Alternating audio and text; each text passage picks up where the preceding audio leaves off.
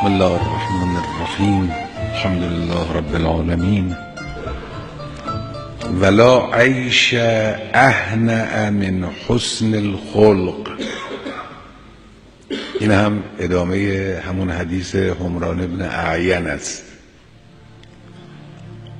هیچ زندگی گواراتر نیست از حسن خلق، یعنی از زندگی که با حسن خلق همراه باشد. وجهش هم علی الظاهر اینه که انسانی که دارای حسن خلق است، که مراد از حسن خلق رو حسن خلق معاشرتی بدانیم، یعنی خوش اخلاقی با مردم، تواضع با مردم، رفتار گرم و خوشایند با مردم. کسی که دارای این خصوصیت هست زندگی برای او آسانه، شیرینه، چون در محیط اجتماعی ارتباطات و برخوردها متقابل و متبادل است.